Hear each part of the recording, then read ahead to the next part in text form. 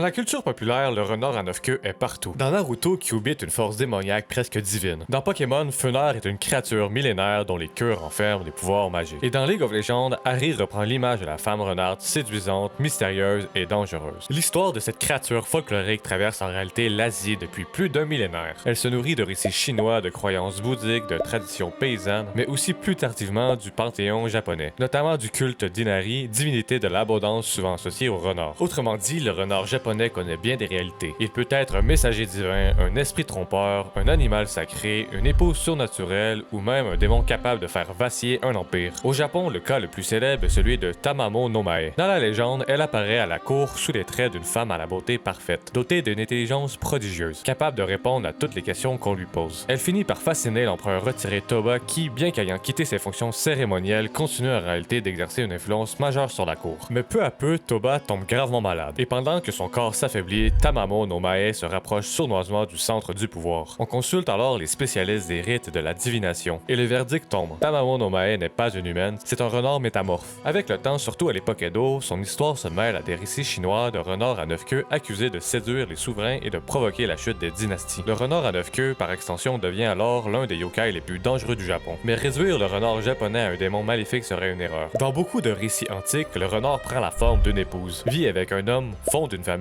puis disparaît lorsque sa vraie nature est découverte, parfois en laissant derrière lui une bénédiction. Votre image de Kyuubi masculin de Naruto en prend un coup, non? Sur une autre note, selon les régions, il provoque même des flammes par son souffle ou par sa queue. À d'autres occasions, on dit que le kitsune invoque le soleil durant une averse lorsqu'il se marie. Et même aujourd'hui, quand ce phénomène paradoxal entre deux réalités se manifeste, un japonais dira parfois qu'un renard est en train de se marier.